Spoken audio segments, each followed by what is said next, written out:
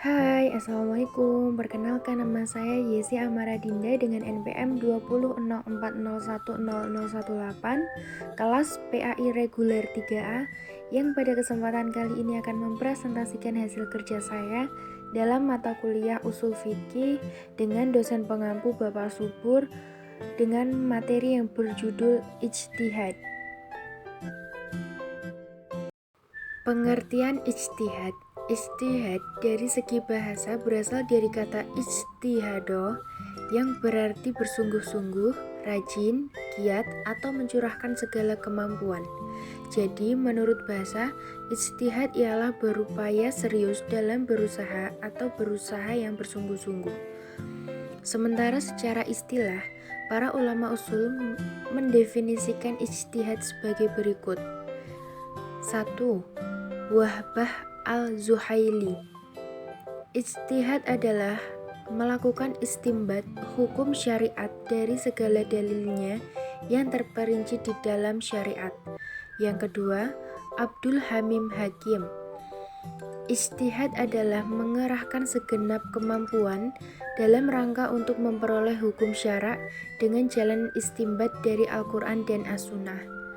Yang ketiga, Abdul Hamid Muhammad bin Bagdis al-Shahanji.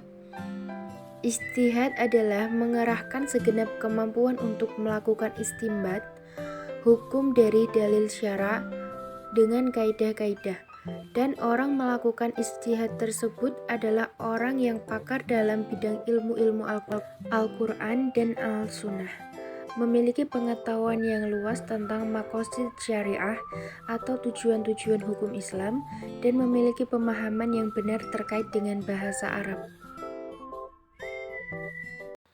Kemudian ada hukum-hukum ijtihad. Yang pertama adalah wajib ain, yaitu bagi seseorang yang ditanya tentang sesuatu masalah dan masalah itu akan hilang sebelum hukumnya diketahui, atau ia sendiri mengalami suatu peristiwa yang ia sendiri juga ingin mengetahui hukumnya. Yang kedua ada wajib kifayah, yaitu apabila seseorang ditanya tentang sesuatu dan sesuatu itu tidak hilang sebelum diketahui hukumnya, sedangkan selain dia masih ada mujtahid lain. Apabila seorang mujtahid telah menyelesaikan dan menetapkan hukum sesuatu tersebut, maka kewajiban mujtahid yang lain telah gugur. Namun, bila tak seorang pun mujtahid melakukan ijtihadnya, maka dosalah semua mujtahid tersebut. Yang ketiga ada sunnah, yaitu ijtihad terhadap suatu masalah atau peristiwa yang belum terjadi. Kemudian ada syarat-syarat menjadi mujtahid. Apa sih mujtahid itu? Mujtahid ialah orang yang melakukan ijtihad dan mempunyai kemampuan untuk berijtihad dengan syarat-syarat tertentu. Menurut Abdul Hamid Hakim, bahwa seorang mujtahid harus memenuhi 4 syarat ijtihad, yaitu yang pertama, mempunyai pengetahuan yang cukup atau alim tentang Alkitab dan Al-Sunnah. 2. Mempunyai kemampuan berbahasa Arab yang memadai, sehingga mampu menafsirkan kata-kata yang asing atau gharib dari Al-Quran dan As-Sunnah. Yang ketiga, menguasai ilmu usul fikih. Yang keempat, mempunyai pengetahuan yang memadai tentang nasikh dan mansukh. Tanpa memenuhi persyaratan tersebut, maka seseorang tidak dapat dikategorikan sebagai mujtahid yang berhak melakukan ijtihad.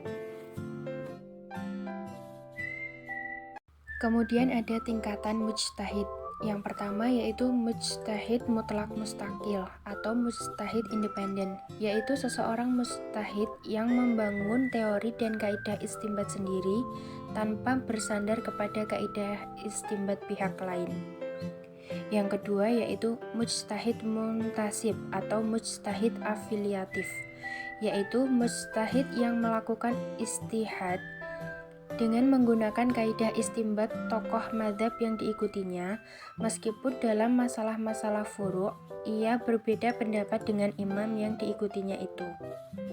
Yang ketiga yaitu mujtahid fi al-madzhab, yaitu para mujtahid yang mengikuti sepenuhnya imam madzhab mereka, baik dalam kaidah istinbat ataupun dalam persoalan-persoalan furu'iyah.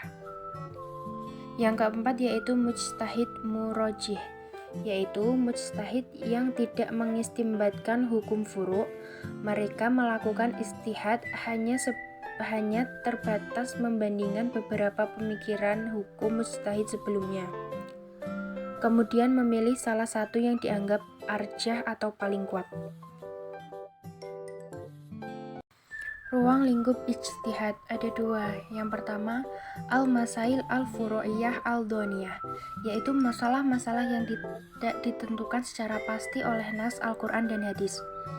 Hukum Islam tentang sesuatu yang ditunjukkan oleh dalil dhoni atau ayat-ayat Al-Quran dan hadis yang statusnya dhoni mengandung banyak penafsiran, sehingga memerlukan upaya ijtihad untuk sampainya pada ketentuan yang meyakinkan. Yang kedua yaitu al-masail al-fiqhiyah al-waqa'iyah al-mu'asyirah, yaitu hukum Islam tentang sesuatu yang baru yang sama sekali belum ditegaskan atau disinggung oleh Al-Quran, hadis, maupun ijma' para ulama. Pembagian istihad. Yang pertama, al-istihad al-bayani, yaitu menjelaskan tentang bayan hukum-hukum syariah dari nas-nas syar'i. 2. Al-istihad al-qiyasi, yaitu meletakkan hukum-hukum syariah untuk kejadian atau peristiwa yang tidak terdapat dalam Al-Quran dan Sunnah, dengan jalan menggunakan qiyas atas apa yang terdapat dalam nas-nas hukum syar'i.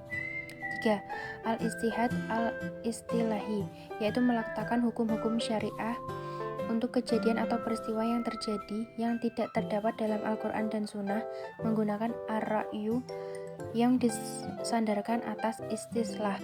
Maksud istislah adalah dengan memelihara kepentingan hidup manusia, yaitu menarik manfaat dan menolak mudarat dalam kehidupan manusia. Menurut Dr. Yusuf Qodrowi mencakup 3 tingkatan. A. Daruriyat, yaitu hal-hal yang penting yang harus dipenuhi untuk kelangsungan hidup manusia. B.